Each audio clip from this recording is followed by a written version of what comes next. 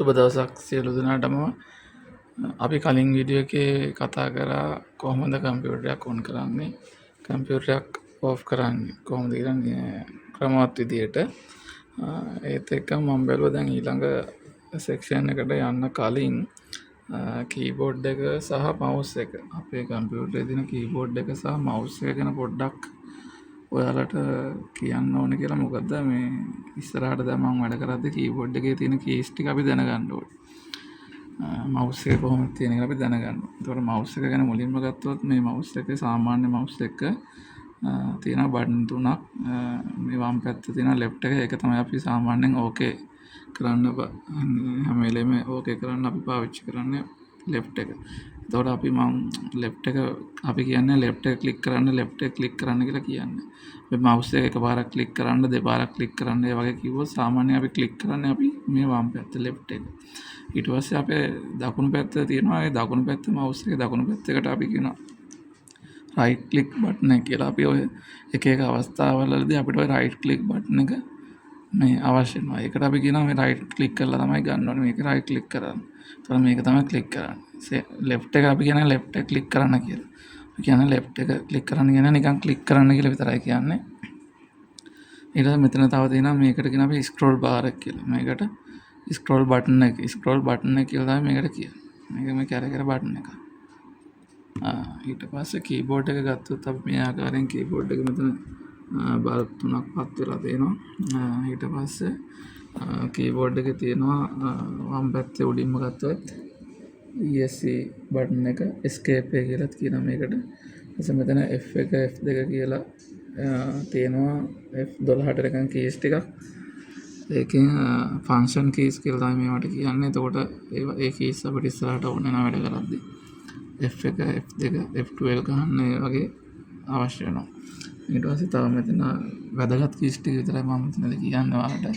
අපිට අවශ්‍ය වෙන දේවල් මෙතන තියෙනවා ටැබ් එක.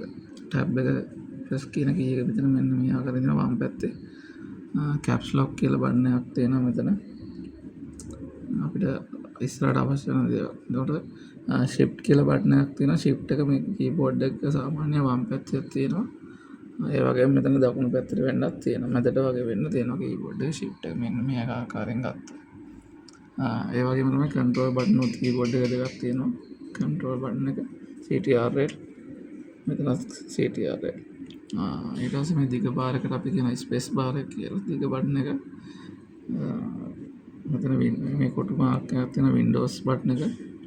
ALT කියලා තියෙනවා. alt එක කියලාත් අපි කෙටියෙන් කියනවා මේකට. normal keys ටික තියෙනවා. මේ වගේ උඩින් තව @ mark එක, $mark එක, ඒ වගේ button ටික තියෙනවා. මෙතන back space කියලා බටන් එකක් තියෙනවා. අපි මේකත් ඔයාලා ඉස්සරහට වැඩ කරද්දී අවශ්‍යයි back space එක තමයි මෙතන තියෙන්නේ. ඊට පස්සේ ආය enter බටන් එක අපිට වැඩිපුරම අවශ්‍ය වෙන බටන් එකක් keyboard එකේ enter. delete කියලා බටන් එකක් තියෙනවා මේ ආකාරයෙන්. ඊට පස්සේ මෙතන තියෙනවා arrow keys. keyboard එකේ arrow keys තියෙනවා. ඊතල හතරක් arrow keys කියලා කියන ඒවට.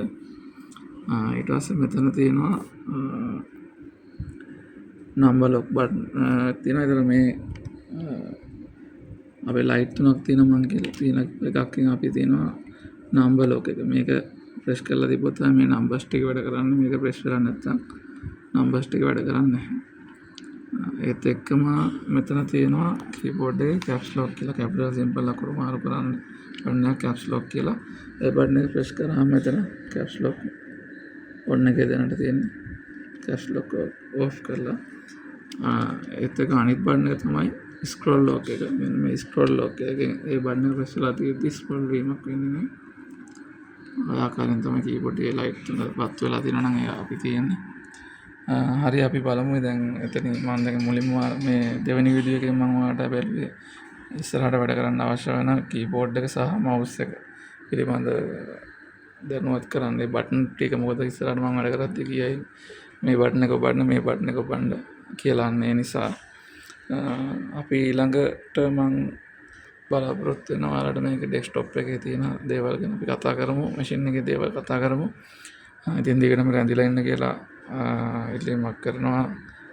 ඒ වගේම ෂෙයා කරන්න, මේ වීඩියෝ එක ලයික් කරන්න.